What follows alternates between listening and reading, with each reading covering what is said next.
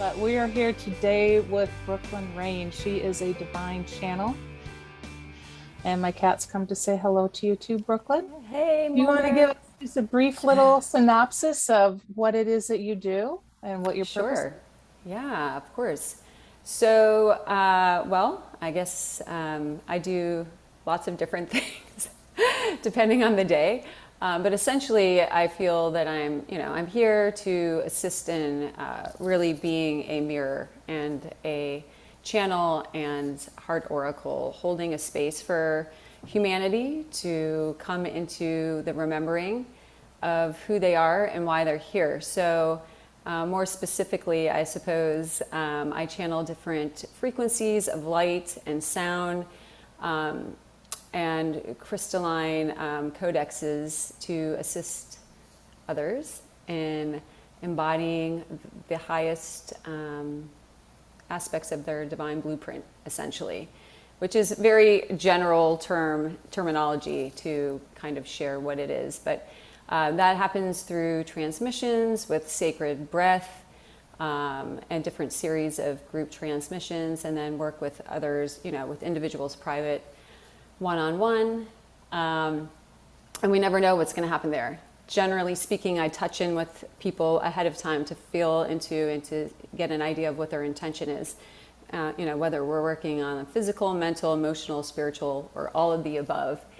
Channeling their guides, their high selves. They're all different types of activations that tend to come through, and it's generally a lot of fun, or at least it is for me. Oh, it absolutely Hopefully is. it I is. can vouch for that. Last night, Brooklyn led a breathwork sacred ceremony with cacao and fire, and it was wow. I haven't been lit up like that in a long time.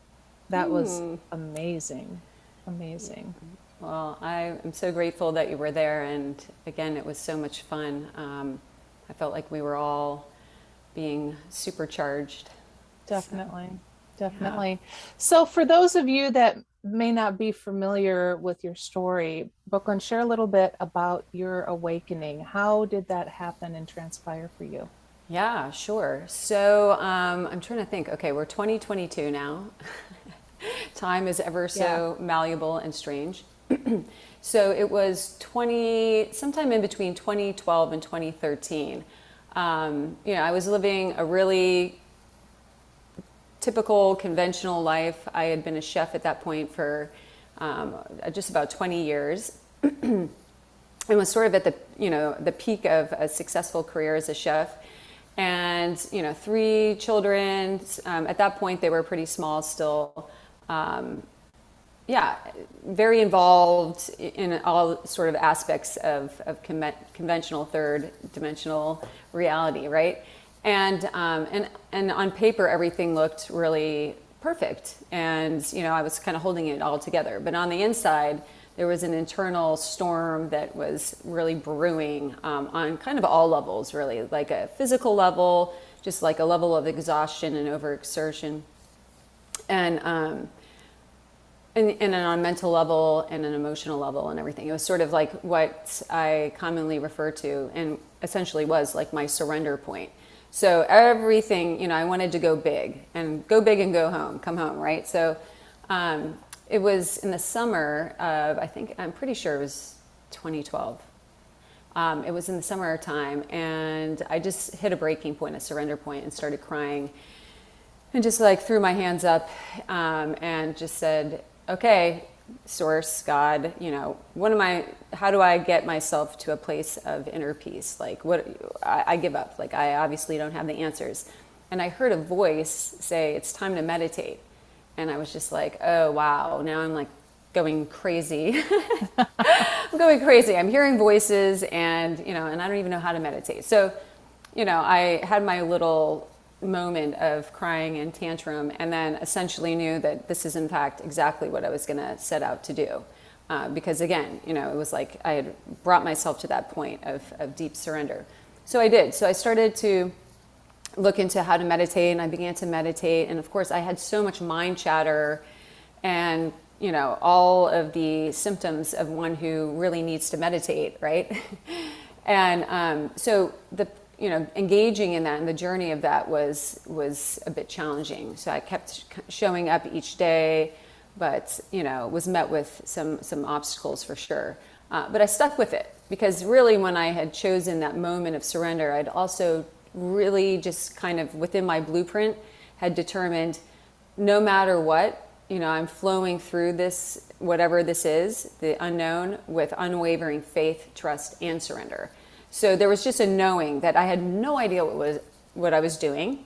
I just knew that I was meant to focus on embodying inner peace. Like I just had an instantaneous knowing that was sort of like a divine birthright, and somehow that was going to happen.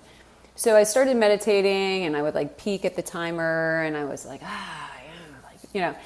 and it would get a little bit better, and then I would feel like I took a couple steps back, and kind of that whole journey. And then finally, about month 3, same kind of thing that I was doing every day, showed up, set the timer for 15 minutes, going into my mantra of, I am divine peace on the inhale, and on the exhale, I release everything that no longer serves me. And on that particular day, I guess I had set it within my blueprint to have this entirely profound and unique experience where I went into this meditation, and it was over an hour. The timer went off. I never heard it. All this plasma light started to come in, and it was just like inexplicable, really, by in words, like so much light, and just the presence of source, and the presence of source and the presence of Christ consciousness, like coming in, and this like pulsating light. And then it was like all different types of shapes and colors. And so that was a really, pivotal moment, and set me on a fast track, in this fast track of spiritual awakening. So that led to, then there was just all sorts of a series of synchronicities. Like I ended up running into this person. They were like, oh, I hadn't seen in a long time. And then they sent me to this person, and then I went here and there, and then ended up going to sacred, being introduced to breath work, it was called at the time. And began to embark upon that. Had no idea what I was doing. But that was a whole experience. And all these years where I tried like more conventional approaches, like go to see like a therapist or read self-help books and things like that. It's not to say that they weren't beneficial. I'm sure they were in whatever way, but they weren't really peeling away, peeling the layers, right? It was like there was an intellectual like grasping of what I was to do with the information, but there wasn't an actual felt sense of like alchemy taking place. And that's where the breath has really been such a teacher and master guide of, pure source consciousness, right? On this journey. So I embarked upon that and was having these incredible experiences every time I would go to do it. Like I would see these movies of like, and I didn't have a lot of memories of childhood and life in general at that point for whatever reason. And so as the breath was going in, it was bringing up the Akash. It was like bringing up the Akash, and it started with this lifetime. And then, doing it nonstop, basically, every week, 2 to 3 times a week. And I was working with someone at the time that would do it for 3 hours at a time. So you've done the breath before, but it would go by in a second. Yeah. And as I got to the sort of this 8-month mark, I began to start to have like past life regressions. And I had always thought that there was such a thing as past life, but I never really like I just didn't do anything with it. And so then I started having these past life regressions that started to come up. Anyways, I'm going into great detail here. No, I like it. So during this whole metamorphosis, that's the word,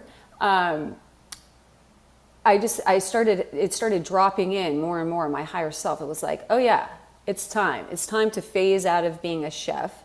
It's time to go full on into this whole experience. Everything that you're learning and experiencing and receiving in way of tools of alchemy are meant to be shared with others.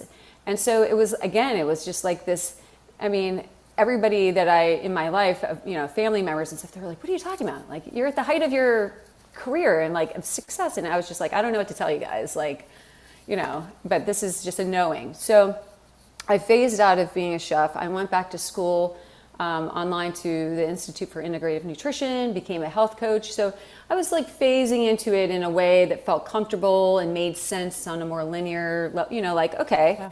I know healthy food, I know exercise, I know this, let's kind of, mingle and mix these things. So I became trained, at a couple workshops in sacred breath.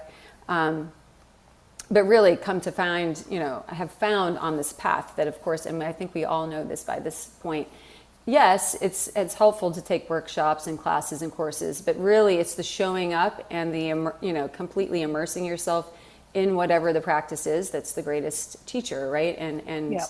the greatest way to expand into your sort of, I guess, what mastery or whatever one wants to call it. So it was just like one thing after another. And then I was having these experiences and like my, more and more and more these gifts that I sort of was born with and had as a child of like, telepathy and, and a greater awareness of, guides and beings, this all started to kind of resurface. And I had an, unquenchable thirst for reading as much as I could. And like, because I grew up Catholic, and my family was never really exposing, or interested in any other philosophies, so I was sort of just like navigating. I always had a very strong connection with God and, and Yeshua and Mary, and but really other than that, it was so interesting. I would always think to myself when I was at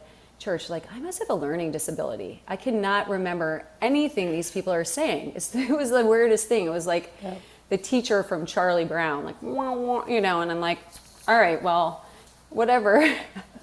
But now I realize it was so divinely purposed, right? Because it was like, you already get all the programs of guilt and shame and all this. You're experiencing that. Like, let's not have to unwire and rewire all the truth as well. So it just kept building and building, and I kept exploring and just following the breadcrumbs and attuning my, my center point, my 0 point, and becoming more and more and more and more of the witnessing presence. And there were all sorts of little treats and beings and experiences that were magical and continue to be. Ain't that the truth? Now, you made it sound kind of easy, this whole transition that you had from like, oh, I was a chef one day, and then boom, I go into nutrition, and then I'm doing the woo-woo stuff.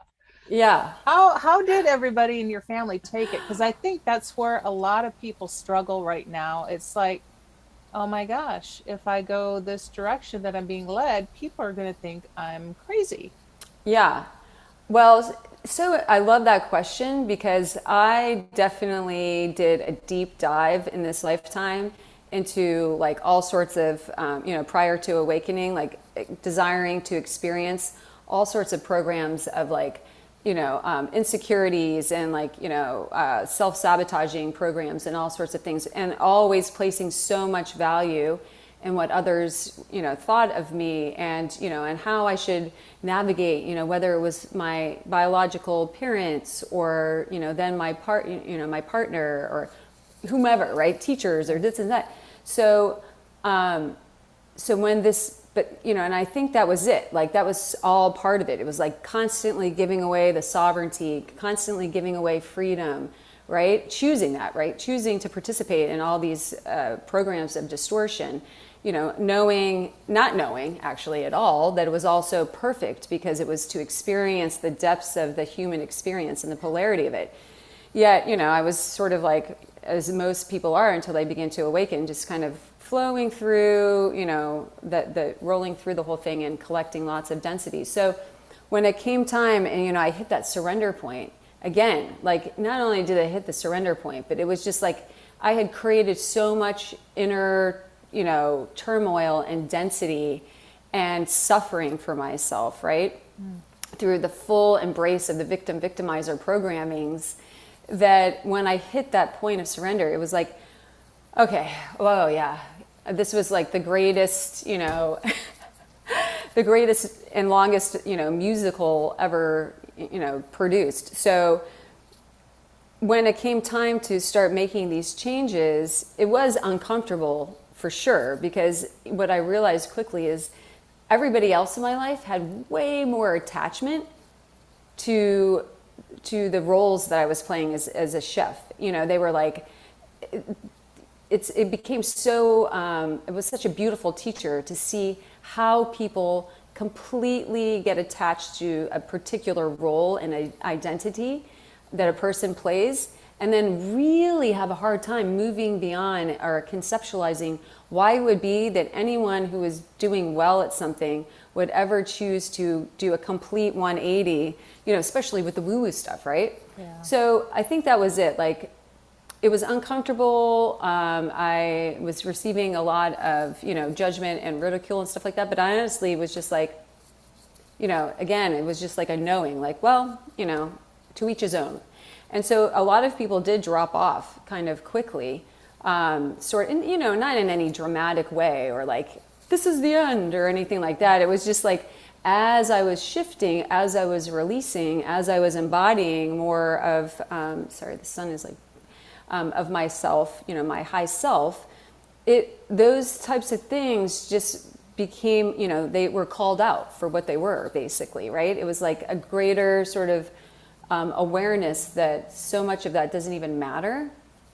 And really quickly, too, my higher self and a lot of goddesses started to come in to really bring in this nourishing message of, you know, what other people think of you is simply their perception being run through the lens of all their frequencies and densities and, you know, and experiences and beliefs that they brought in. It has actually nothing to do with who you are, or at, you know, at the core essence of who you are, or even at the personality level, quite honestly. So I was getting these you know, these downloads and these messages through different, you know, in different ways that were really assisting and guiding me to kind of navigate through uncharted territory.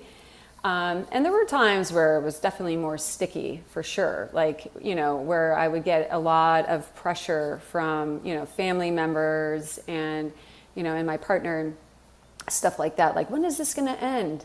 And I was like, oh yeah, never. Yeah. You know, End of eternity, maybe? I don't know. yeah, I was like, it doesn't ever end, you know, and I would say that, but it was a great journey because I was still holding on to a lot of like valuing, you know, what others were thinking, you know, and feeling, but still at the same time kind of pushing through it and releasing.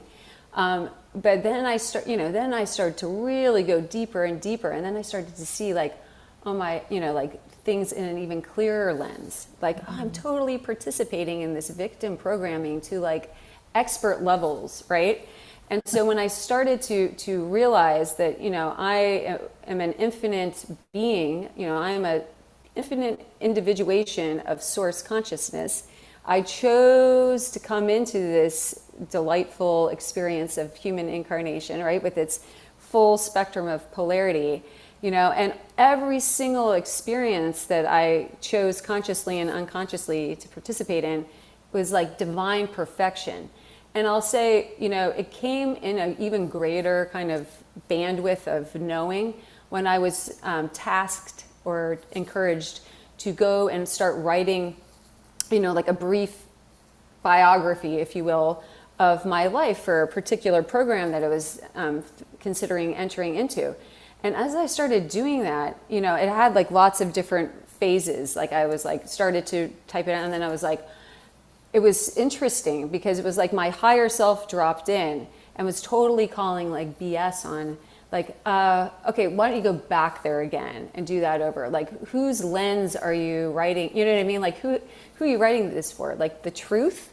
Or are you writing this for, you know, because this, you think this is what this person wants to, you know, and I was like, oh man, this is like way harder than I thought.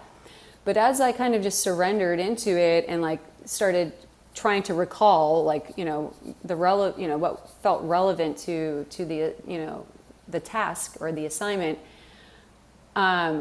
it was like my first really palpable experience of literally like the witnessing presence. It was like, it was the witnessing presence. It was my higher self, you know, channeling my life story, and in a way in which I could really kind of connect to that place of, okay, this is this, every single moment of like all of the different things, whether it was like an eating disorder or whatever it was, right?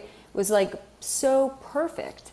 It was so perfect. It was all, this grand experience of greater and greater bandwidths of wisdom and holding space and compassion, right? And to be able to hold those greater spaces of free of judgment of others and free of judgment of self and da da da da da. So I would say it continues to be, and it's been in phases. When I my name, Brooklin Rayne, is a spiritual name, is a chosen name through a system of astrological and numerological, sort of harmonization, if you will, or I don't know how they term As it. But is anyways, Alleson Gregary. yes, and I have to say, I totally feel like it's my home frequency name, versus what my birth name was, and but when I chose that, it was like these, when I was prompted to do so through this program that I was in, it was like these milestones of complete discomfort. Because it was like, it was fine, it was fine in my own little microcosm and spiritual community, and and those that I was working with, in my practice, etc. But then when it came to be playing the role of of carpool mom and and doing things, and people are like, oh well, what are you doing these days, and are you still creating restaurant concepts? Even though you'd had the conversation with them like 10 times prior, right? It's like, again, people have such a hard time integrating or accepting change, right? It's really, I marvel at it. So that was one of my greatest opportunities and teachers. Like, I'm so grateful for being guided through the program that I was in to create, a name that was balanced, numerologically and astrologically balanced.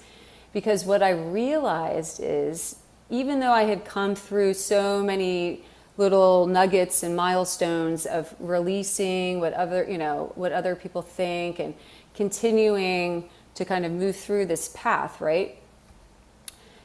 That was a pivotal moment to realize, oh, wait, now you still are holding on to the systems.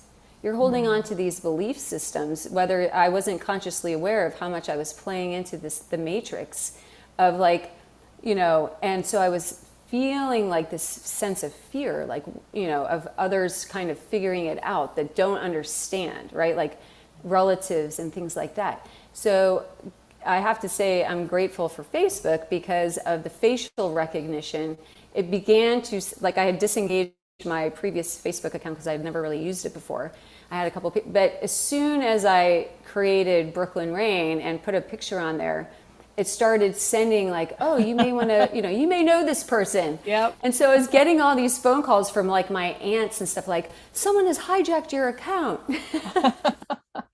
And then I was like, I had this pit in my stomach. I was like, oh no, I've been found out. It's got to be from past life, something, I'm sure it's like a myriad of things. But then so my higher self and guides came in and they were like, take some time with this one. Take some time with this one and really sit with yourself to be in full transparency of where you're still placing your consciousness, your conscious currency, your source consciousness into these belief systems and into these, and really paint, like, they're like, let's take it from a lens of playfulness and joy, right? Which is always an awesome suggestion and immediately transcends, right? They're like, take it from this, like, isn't life kind of boring? Going through life and being the same name and the same this, allow yourself the freedom to be the infinite creator that each and every one of us were always meant to be. And then Isis drops in, and when Isis drops in, there's always going to be some good nuggets in there. And she was like, she dropped in with, I've often been referred to as she of 1,000 names. Mm-hmm. And brought in this whole sort of transmission showing, the level of non-attachment, the level of constant rebirthing and meeting, creation, anew, right? And every kind of phase of her path. And I was just like, okay, I get it. So when I shifted and I let go and I released that energy that I was, that fear energy, then I realized in my engagement with others, when it would come about or someone would bring it up, they would still find it odd, and I could hear what they were saying telepathically, which was hilarious. But yet it had nowhere to stick. Yeah. So it was sort of just kind of dropped off, and just fizzled. Yeah. Kat says your vibration changed when you changed your name. Did you Oh, yeah. feel that? Oh, for sure. Well, I'll tell you, the pivotal moment for it wasn't right when I did it. I was more just excited because I got to pick the name. And although that was a whole nother thing that was funny, because, people like family members and stuff were like, that's such a, that's a weird name. And this, and I was like, well, Brooklyn, like a brook, water. Plus I lived in New York for a while, and I like the name Brooklyn. And then rain, again, water, a water element. I love the rain. I love, so for me it made total sense. But for others, they said that it sounded kind of fantastical and sort of like superhero-esque. But to Kat's point, yes. So to some degree, yes, initially. But when I felt and recognized like a big shift in it, was when I had stepped outside of my greatest fear of speaking in front of others, and did my first talk, spiritual talk, and kind of came out of the spiritual closet. And that's when there was this tipping point, because then more people, knew me and my consciousness as Brooklin Rayne than they did of my, of my legal name, of my birth name. And that's when, in a conjunction with other things I saw from sort of like this, eagle eye perspective on a, quantum level, like all the things that lined up to be like, okay, and now you're really on your true north. Like, yeah. Wow. So what would you tell somebody who is, okay, I'm at this place, I'm starting to step into my awakening full on. All my friends are dropping away, my family thinks I'm crazy. What's the biggest nugget of advice that you can give them to keep pushing forward? Yeah. Well, I don't think there's any like one answer necessarily. And, and I don't, I'm not going to, I think everybody's own experience is so unique with it, right? Because everybody has different contracts and agreements, and different ancestral lineages and cultural like tie-ins, and and human collective imprints and stuff like that they've chosen to incarnate through. So everybody kind of is met uniquely with levels of resistance and and acceptance and everything else. And so I think it's it's a kind of like an interesting dance. What I would say has always been really helpful for me is, really soon after surrendering, I call it a spiritual manifesto because I think it's just the easiest way to like kind of relate to it. But, it just kind of dropped in. It was sort of like, okay, what am I here to do? Like, what is my non-negotiable? Like, what is, what can I kind of bring in that feels like no matter how much of this is the unknown and I'll be taken over this way and this way and this way, like what's my true north? And so what dropped in really quickly with that is, I knew like on a deep level that I wanted to be in the greatest assistance to all beings, seen and unseen, in accordance to the highest divine law and order. And so I would go through these pockets of, whether it was, in my marriage of like, connecting and having, disagreements because of just the nature of what was taking place, right? It was like such a foreign concept, so many of the things that were taking place. And I had deep compassion and, and awareness of that. But also, there was some friction there, right? And some, and definitely, which I now see as being such a gift. So I guess, one of the things I would say in it is, if we can receive the criticism and or the lack of awareness or understanding or the judgment and those types of things, and really allow ourselves to try as much as we can to remain present, to really hunker down into that mastery of being the witnessing presence, and staying in the 0 point as much as we can, and choose that lens of, okay, what is getting triggered within me? What in this external experience and relationship is being projected that exists already within me? Because all of the things that we're experiencing, right, and all the people and all the criticism are things that we already have in relationship with ourselves. Things that we, frequencies that match how we are in relationship with ourself, with our personality, with the layers of our, accumulated density. So, but that comes with time, because typically when we first start awakening, we're still carrying around so many of these different, these programs. So I would say, really kind of knowing that it can, and it will, and it's eternally evolving and shifting and expanding and whatever. But if we can kind of come into sort of that, okay, what is my non-negotiable here in all of this? What is my true north? What do I really desire to experience through this spiritual journey?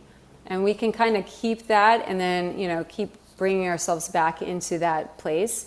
I feel like it really assists us in staying clear, right? Because it's easy to get, distracted or taken off our path, especially if we've had a long history of paying homage to what other people think we should be doing. And, and I would just say, again, surrender, faith, and trust.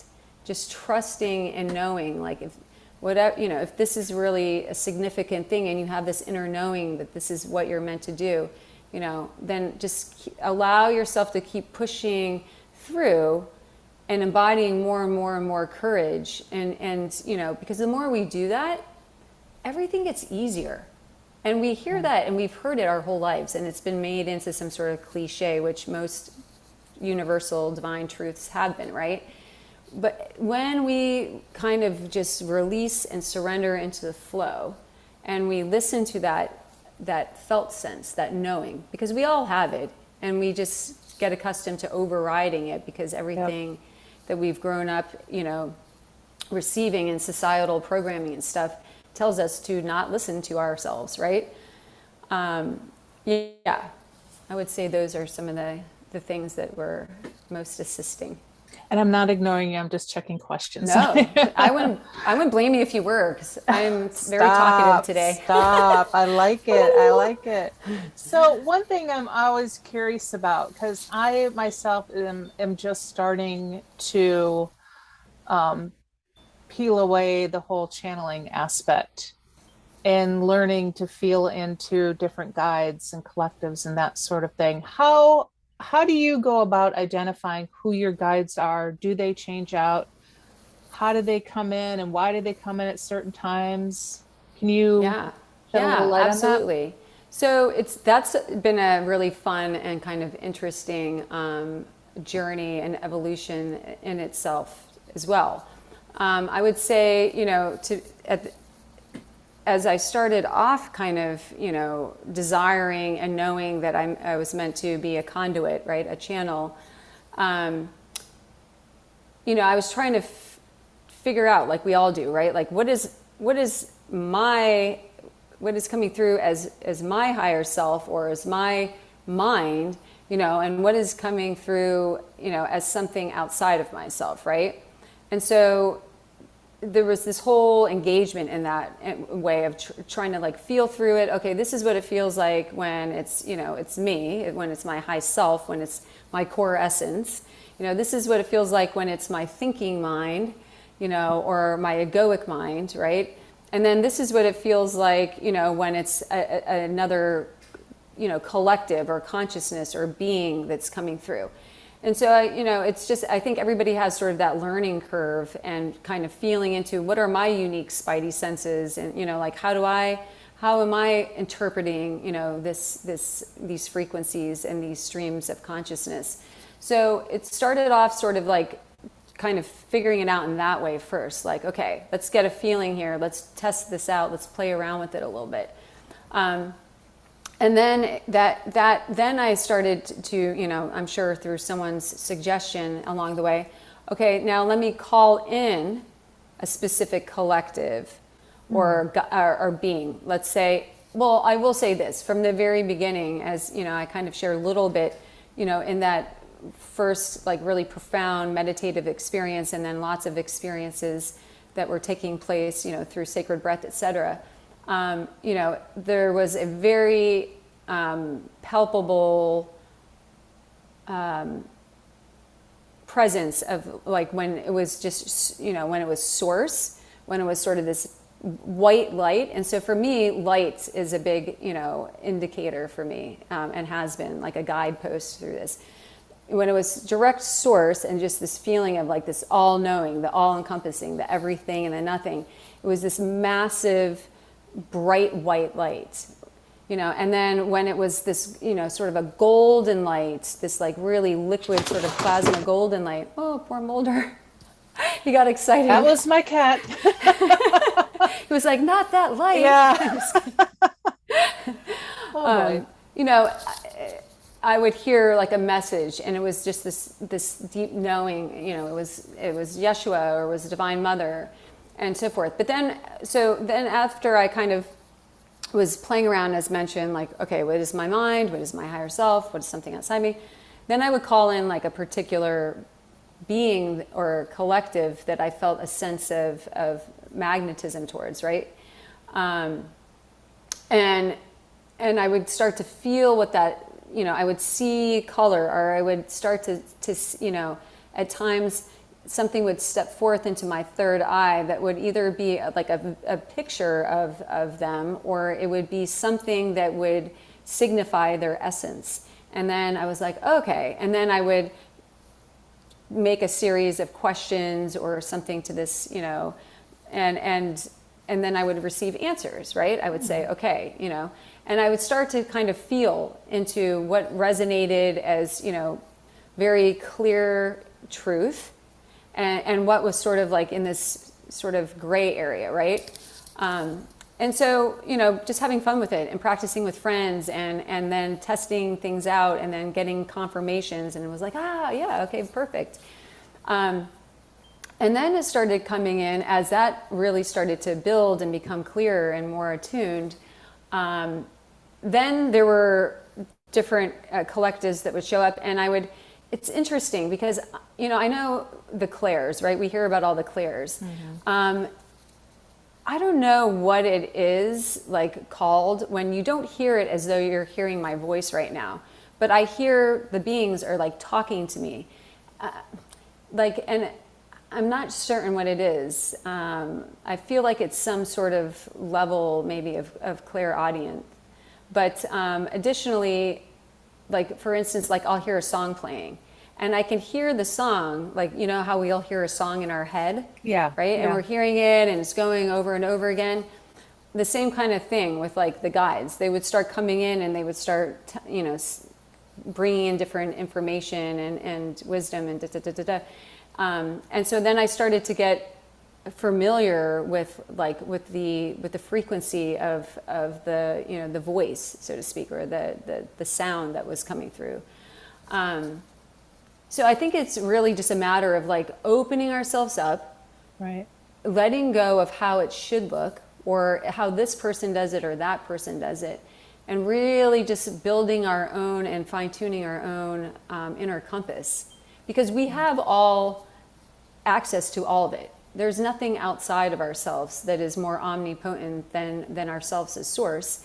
It's just a matter of showing up in different ways, and gaining different tools and participating in different ways to peel away, to transmute, to dissolve all the layers of distortion, within the veils of illusion and and separation, right? Yeah.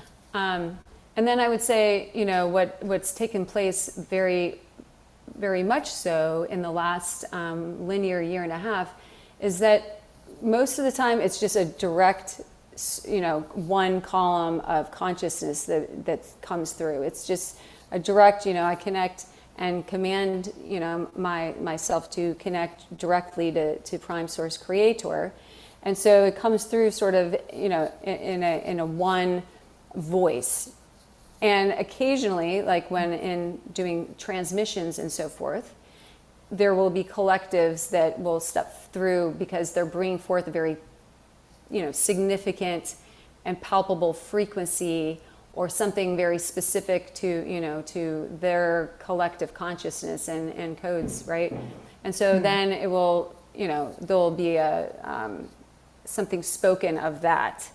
But generally speaking, when in session or in, like right now, even at certain points, it's just, the more and more we integrate our higher self, the more and more we integrate our oversoul, the more I feel like just come into this boom, right? It's just like, and all the beings and collectives generally that show up for us, or not all of them, but certainly a lot of them, are part of our own hologram, are part of our, our own soul lineage or soul, collective assignment and so forth.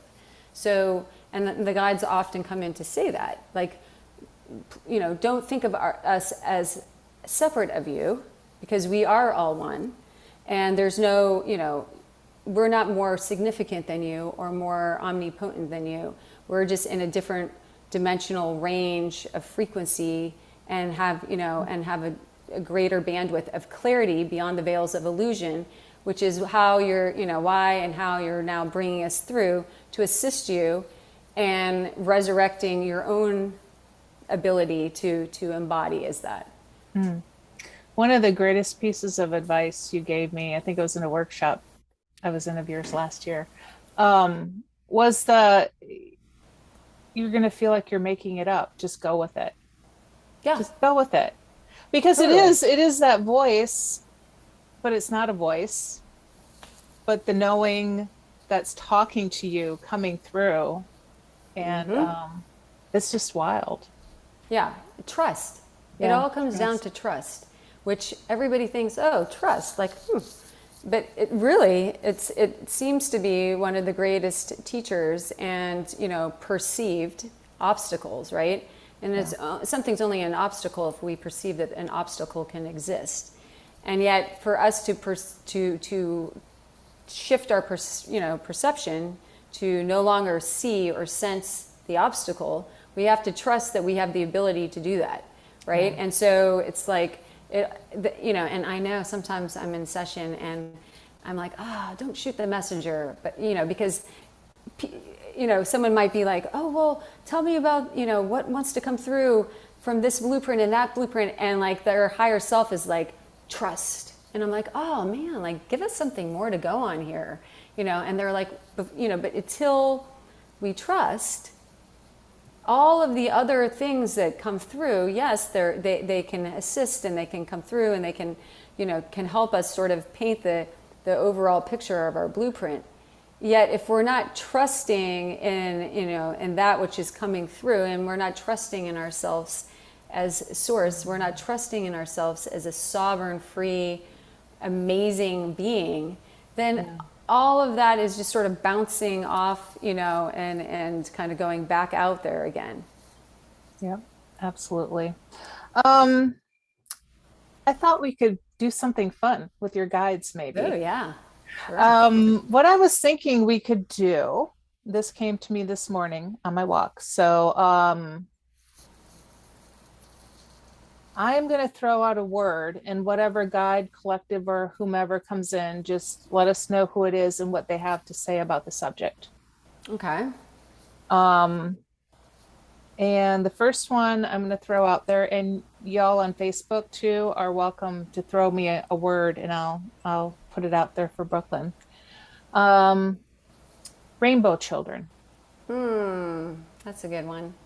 So the diamond children come in to assist with this one. And this is an 18th dimensional collective of light, referred to as the Diamond Children Collective.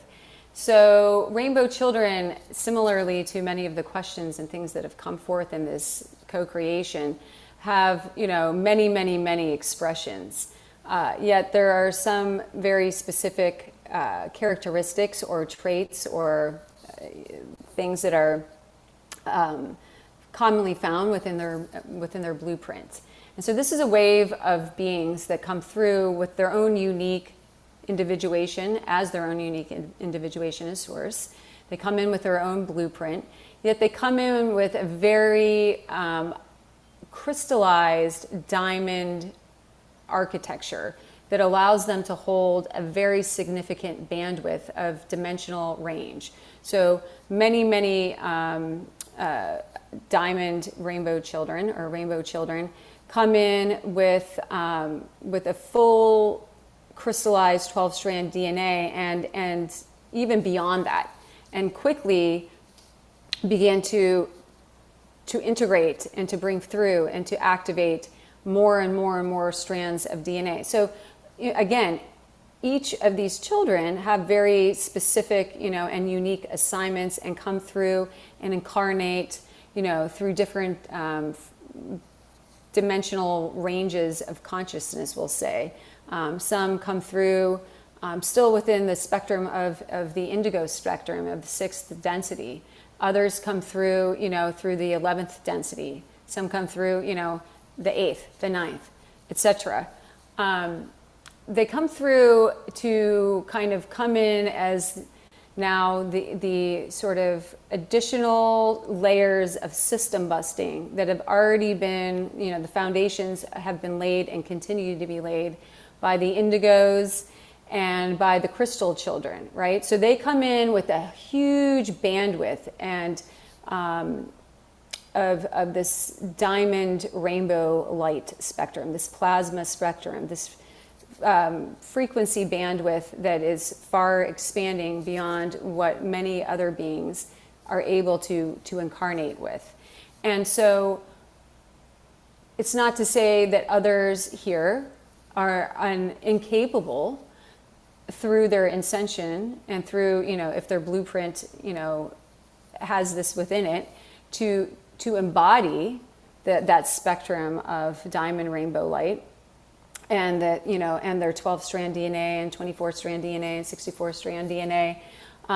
Yet these beings come in with it intact and ready to go. So as we're running through, and gliding through and struggling through and all the different ways in which we're experiencing this ascension cycle, these beings are here to hold a massive frequency bandwidth of unified consciousness, law of one. And so, they're here to be, and they already are, many of them are very aware of the, of what's taking place here. One of my sons is a rainbow child.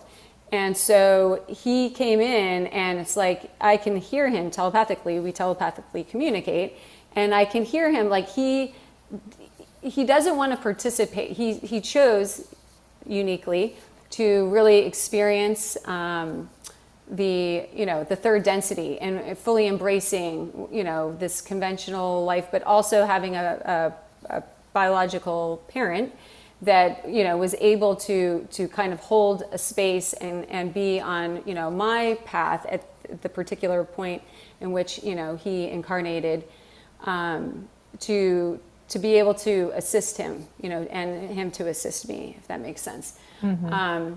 So what else can we say? What else wants to come through about these children? They're holding, and they're massive columns and conduits of a huge spectrum of light. And as we continue to move through and we continue to receive access and portal access to higher and higher bandwidths of this consciousness, of this diamond consciousness that comes through to activate our crystalline DNA, these beings are like beacons. We can think of them as like cell phone towers of, of plasma light codes. Something else was coming through and they were sharing about them. Highly telepathic, highly sensitive, advanced. They can run energy like, no one else. So they're like, they take the old systems of running energy and sort of, and it's sort of like high speed internet, right? They can bring something in, they can bring a concept in, they can bring an energy in, they can bring things through and, and digest it and process it and expand it very, very quickly. Here's a good one. Love. Oh, We could go on for days on this one, I think. Yeah. I feel immediately who drops in is this Divine Feminine Ascended Master Collective. Steps into, just sort of immediately radiate out and begins to open the heart complex. So they're bringing through this frequency, this palpable frequency of, the cosmic diamond heart coherence field. And, really when we hear yet another cliche, right? We hear the cliche, love can solve all problems and all, and make everything better.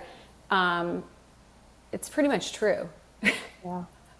Because when we shift our thoughts and our words and our actions, desiring to shift it into the lens of love, which of course we know it holds a massive, massive bandwidth of consciousness. There's all layers and levels and, and frequencies that can be experienced in all the many layers of what love represents as a consciousness.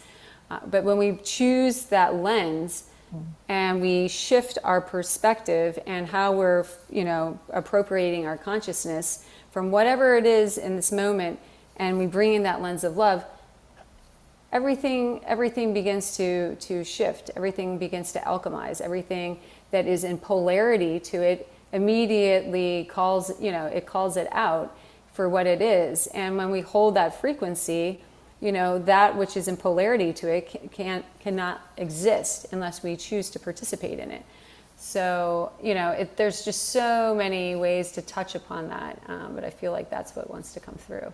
Beautiful. Oh, I like this one. Tree beings. Ooh, yeah. Of course you like that one. Yeah. Yes. So there are so many collectives of different collectives and sub-collectives of tree consciousness. And yet, oftentimes, and this moment now being no different, they come in as a one collective of tree consciousness. And they bring forth to assist in letting us know that, they're a very highly malleable consciousness that can shapeshift into many different forms in many different ways. They hold a massive field of unified consciousness above, below, and all spaces in between. So they're a huge system of communication for all beings within and upon Gaia and beyond. As we know, we were seeded by many different collectives of consciousness, and the tree consciousness is no different than that. Unique in their expression here upon Gaia, in that, just like our blueprint and our ability to come in here to incarnate, we have to go through different systems of creation to allow ourselves to come into this density, right? This third density. So we stream specific bandwidths through organized systems and matrices to be able to house our consciousness or some level and degree of our consciousness as source in this human form. And trees are similar in that way. So we know trees, as we know them here on Earth, but the tree consciousness exists, in many, many different forms and ways of creation beyond Gaia as well. So when you say tree beings, they show this huge, like almost like an accordion of different representations of what that could look like in the quantum field of all that is. And I just, whenever tree energy comes in, there's this, I can't put into sound quite accurately this sort of humming liquid hug that kind of comes forth. Oh, beautiful. Yeah. One more. 2022. Ah, good one. So whoever brought this one through, maybe it was you, Allison, I don't know. Yeah. So right beforehand, because, you know, as we know, we're collective consciousness of humanity, but then we're each individuations. And depending on where we're choosing to resonate with our consciousness in every now moment is where we exist within our, you know, in the creation of a timeline. So 2022, on a, you know, on the collective, if in fact we're talking on like the collective experience of humanity, you know, that's changing and shifting, you know, in every now moment to you know, meet us where we are as the collective of individuations of human, you know, human consciousness, right? So as we began to move into 2022, that picture looked, you know, one way. There are different bandwidths of timeline potentials that appear to be more weighted. And in this now moment, and in this last, I would say, linear week or so, it seems to have shifted into this place where it almost looks plasma. And it's not surprising that it does. It feels like we're going through this pocket right now as humanity, where we're going into a deeper state of, you know, like when the caterpillar goes in and creates its chrysalis, right? It goes in to liquefy. So I'm certain that has to do with the planetary alignments and, you know, all the different layers of blueprints outside of astrology even, right? That kind of bring us into this moment. So it feels like we're going into this deep incubation period. And what they were bringing in right beforehand is that leading up to spring equinox, and then from spring equinox through and into the beginning of summer solstice, they're showing three massive portals of plasma consciousness, this liquid plasma light consciousness. Very much looks as though it's influenced by, you know, solar technology, by the central sun, by solar plasma frequencies.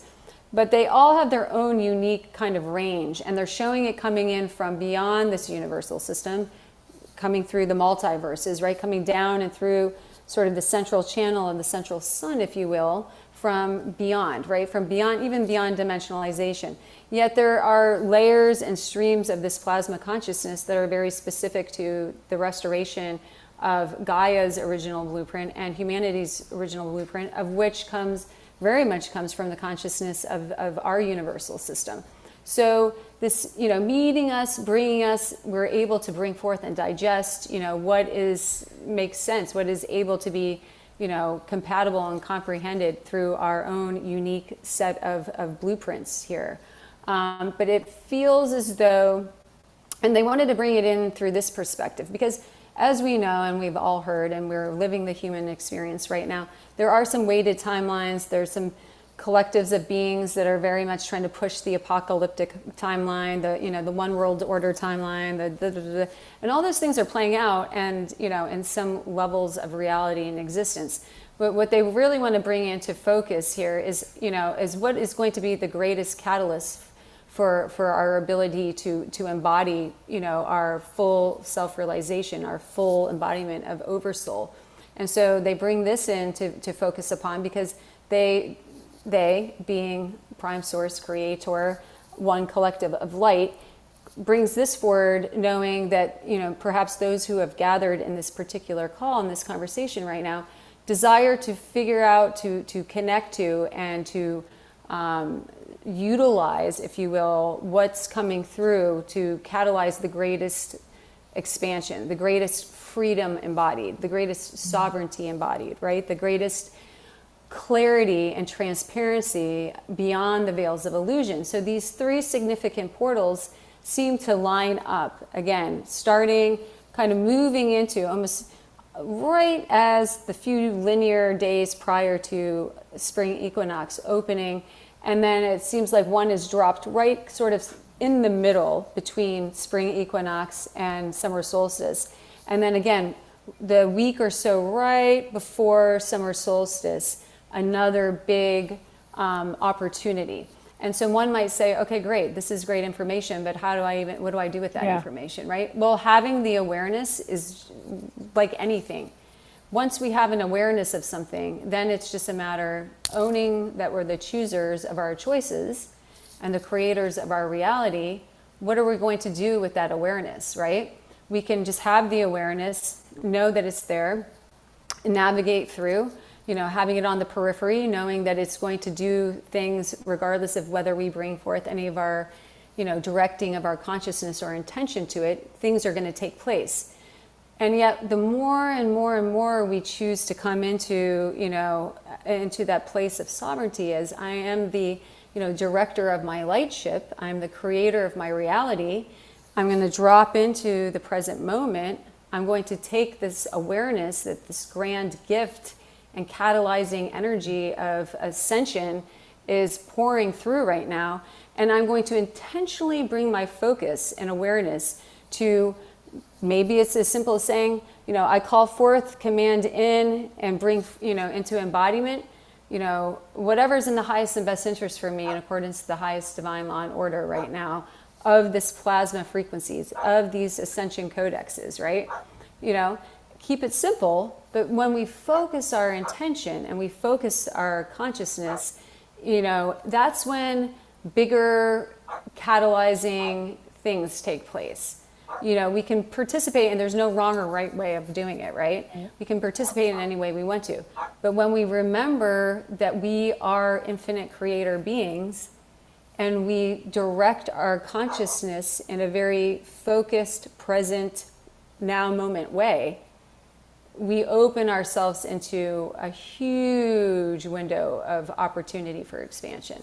Mm-hmm. And so I feel that these are going to be significant times. Now, on the flip side of it, those who maybe don't have the awareness, they, aren't choosing, just like most things, when something of such grand illumination comes through, and it feels grand, when something of such grand illumination comes through, the light will shine upon and come through. It's an intelligence, it's a consciousness. So it's going to go in and it's going to stir up what is in polarity too. So those who are kind of choosing to navigate through this whole experience less present, less consciously aware, we may see some big pockets of discomfort, on all different levels and degrees. And that said, there may be some catalyzing energies that are kind of provoking the greater grounding in of some of these other bandwidths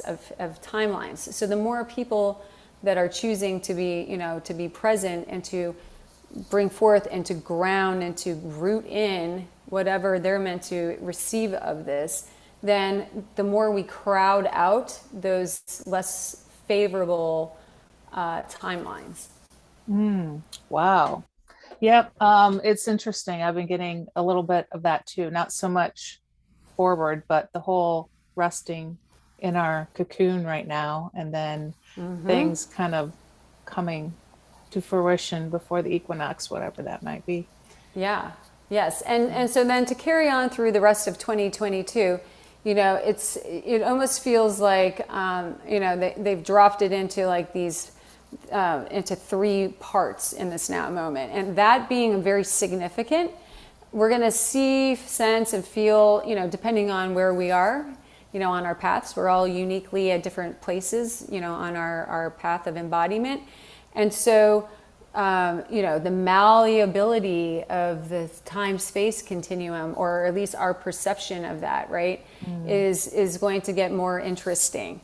Lots of things are going to take place in way of palpable awareness as to the frequency bands in which different individuals are choosing to embody. So one way in which they're kind of bringing forth that may express for some of those who are gathered here is literally seeing things and feeling as though you're navigating through, if it's not already happening, really like, you know, in a dream state.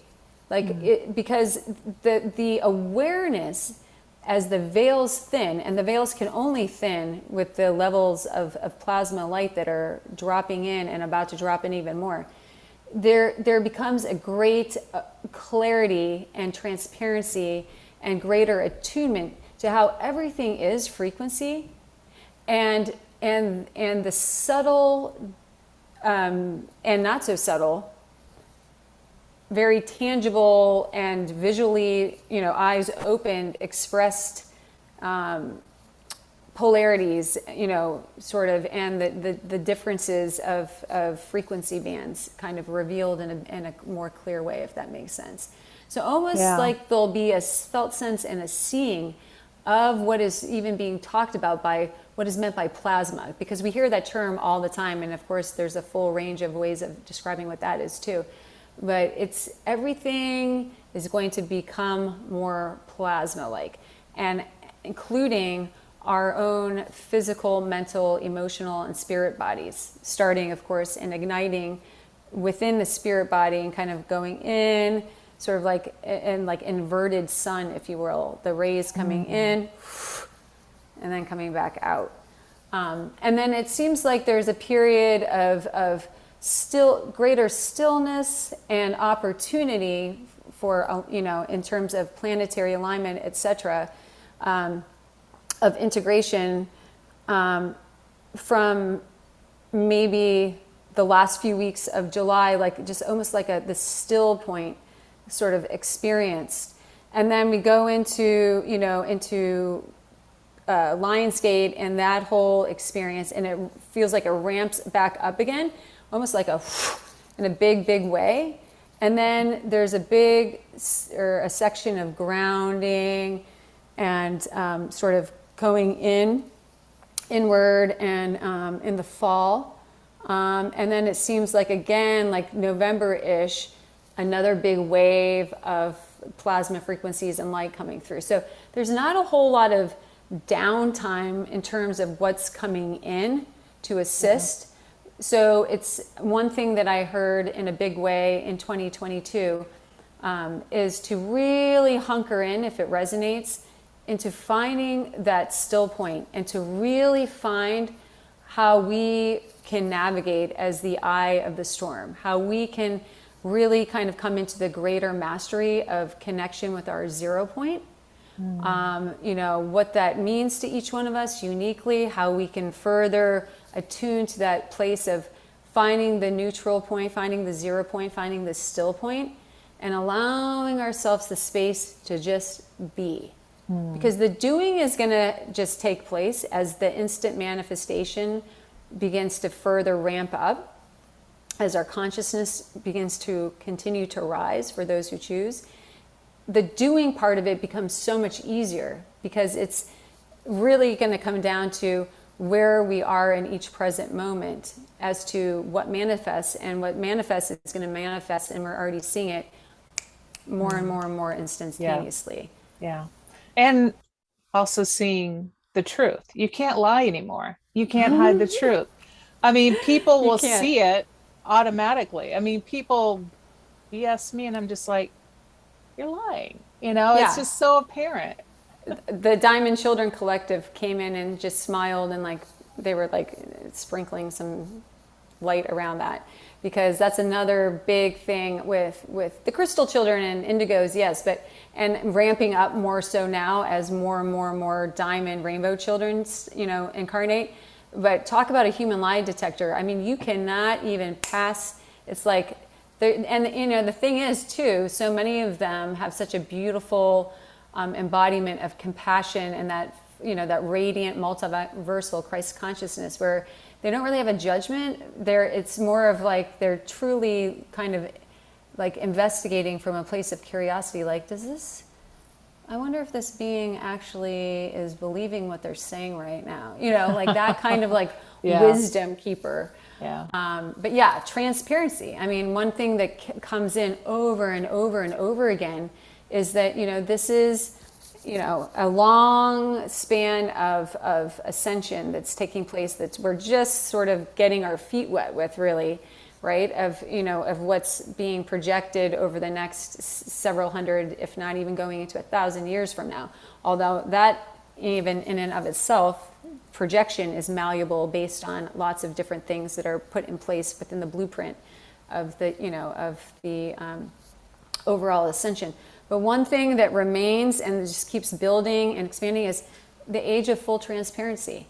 We coming back as we peel away the veils, as we disintegrate these matrices and these systems that no longer can hold the void of light, as this massive light comes in, and we're seeing it happen all, and we're going to continue to see big systems fall, as we all know, right?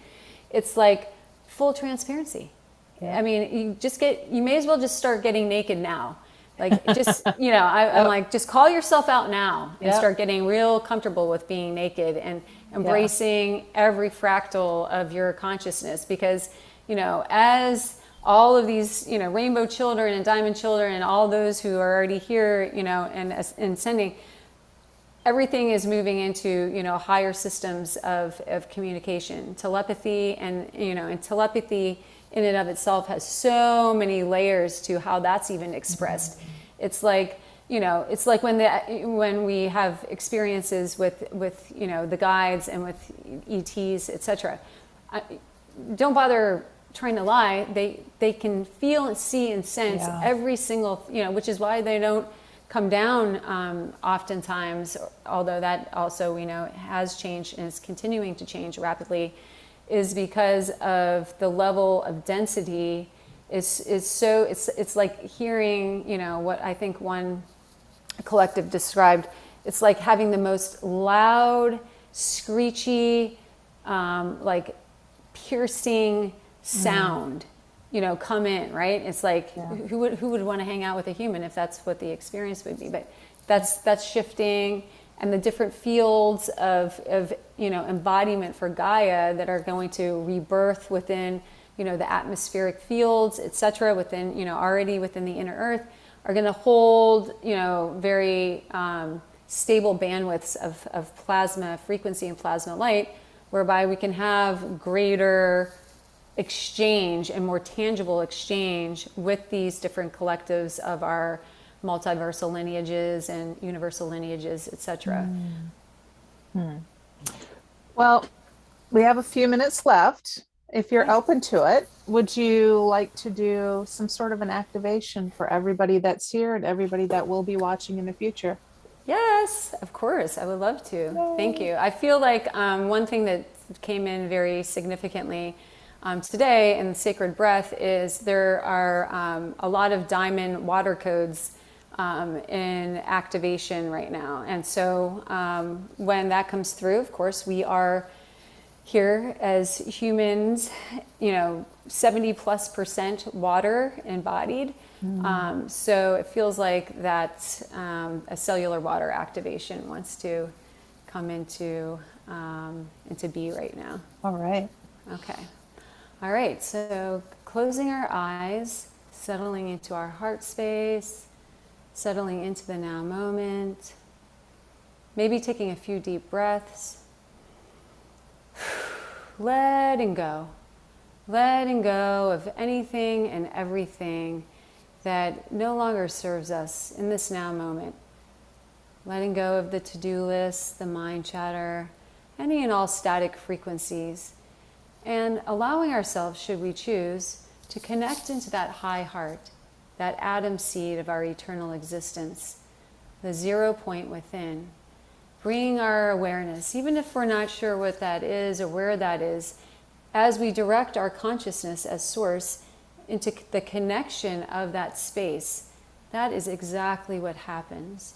So connecting to our hearts, connecting to the now moment, settling into our breath, and allowing ourselves to surrender into releasing anything and everything that no longer serves, and bringing forth, activating, embodying whatever is in the highest and best interest in accordance to the highest divine law and order here and now, meeting each one of us as the unique individual, opening and allowing, finding a pattern or rhythm of breath that feels most nourishing for you in this now moment, and just allowing ourselves to be.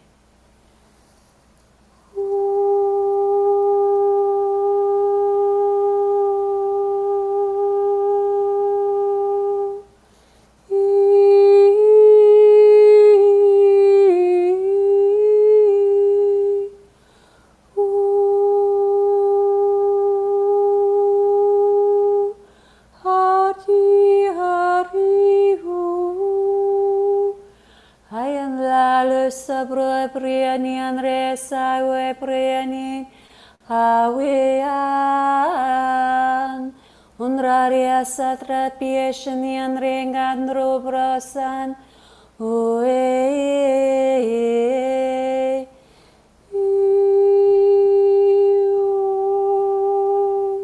tu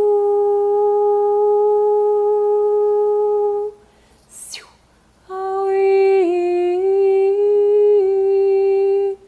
alabusaya shambho korea sali shinian ri sandran Alui pursa pirshanian reni, kurusa prosishan andre pianreti, usambra lo crolesini ambrondrayasin, arwe bralaliosonian reasinin, wari, haru, uri, ayan, waviasaya sunian greasi pisharian reasin, indri, arwe, Haru itrasaru andare idru utrasabirshini andrea udraya si andri andran haru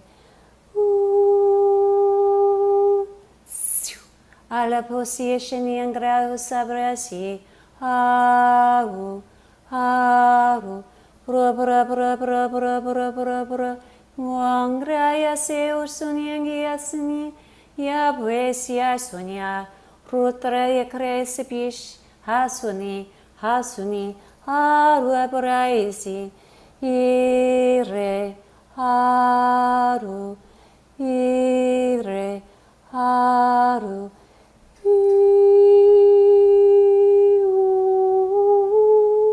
Sambiasa pishis aishan sarveka Arwe biaro sandrayandi wabuan hawi ruro andran arwe sayawra sandraye arwe praya sautrasi kurupia pramyangraya sishiniandri puparatra sutrasi yashiniangriya sandrayani ahu hat yet uhan Rupse piatra, arhusayan, ingrebus yeshi, hutrusitran, havuyanra, havusan, utra payasinian reungguayane, havuyam han, utrayan, flowing down and through our central channel, feeling the radiance of these diamond water codes, flowing down, activating our crystalline DNA, our crystalline water, opening us up, feeling the radiance of these rainbow diamond frequencies opening, illuminating, activating within, feeling an invitation to let go, disengage, let go of any and all fear programs, let go of any and all frequencies of inorganic nature that no longer serve us, releasing, embodying, as we now feel this radiant flow of pure diamond light moving down and through our central channel, grounding us, feeling it moving down and through, grounding us down and through into the crystal diamond core of Sophia Gaia, into the central crystal earth star. Randraseo suya praenyavu haya buagaria suenyanen hawoyet prasanyane wakaya sea udiyaniangwa osea 오코코코이시니 한가오코아에케 히아이와니 하오야케케 오코카야시 우피샨 grounding, feeling a sense of grounding, feeling a sense of radiance flowing through, a sense of ecstasy flowing through, dancing within our cellular water here and now. As we now find ourselves coming back into our heart space, coming back into our heart space, coming back into the here and now, feeling a sense of rejuvenation, feeling a sense of pure magnifying and embodiment of our life force currency, flowing back in epic proportions, gently, gracefully, activated, brought through, ignited by this diamond water code, flowing through now as we begin to further embody ourselves, coming back into our physical bodies.